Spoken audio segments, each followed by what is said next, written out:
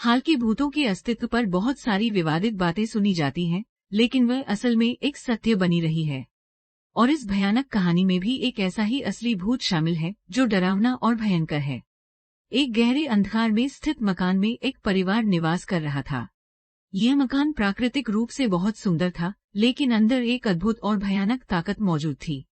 परिवार के सभी सदस्यों ने अपने आसपास के वातावरण में असाधारण गतिविधियों का देखा था, जैसे कि खिड़की का स्वयं बंद होना, डरावनी आवाजें सुनाई देना और विद्युत द्वारा चमकती हुई आंखों का दृश्य आदि। इन असामान्य और भयानक दृश्यों के चलते उनके जीवन में डर और अनिश्चितता का आभास होता था। परिवार का एक सदस्य, राजकुमार, अत्यधिक पूर्वाग्रह से युक्त था।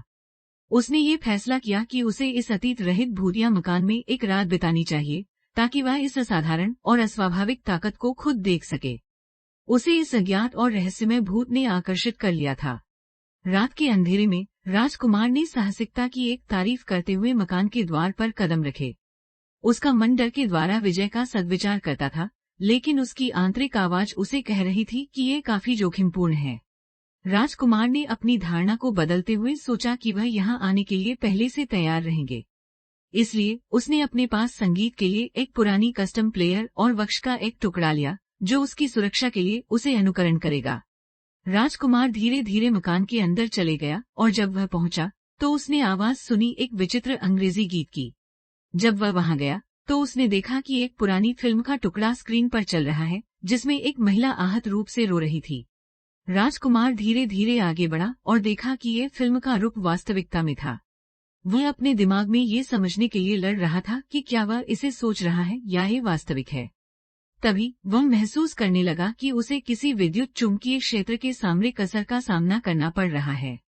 उसके आसपास के हवा का धर्म कुछ और भी गहरा हो गया और उसे वहां अपने आप को पकड़ते और खींचते हुए देखा।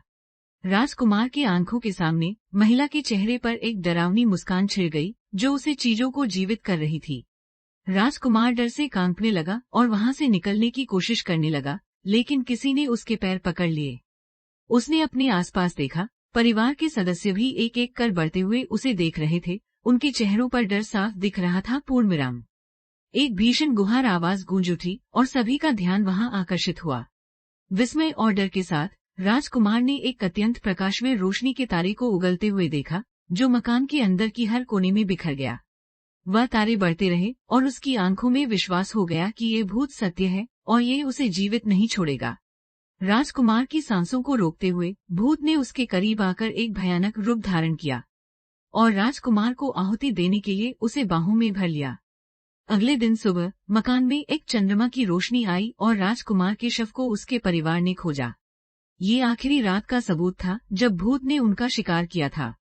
इस घटना के बाद से मकान को भूतों का घर माना जाता है। कोई भी वीरानी में नजर आने वाला उसे दुर्भाग्यशाली माना जाता है, क्योंकि उसे कहीं न कहीं वहां एक असली और भयानक भूत निवास करता है, जो अनजाने यात्रियों का शिकार करता है और उनकी आत्माओं को अच्छी तरह से बंधक बना देता है।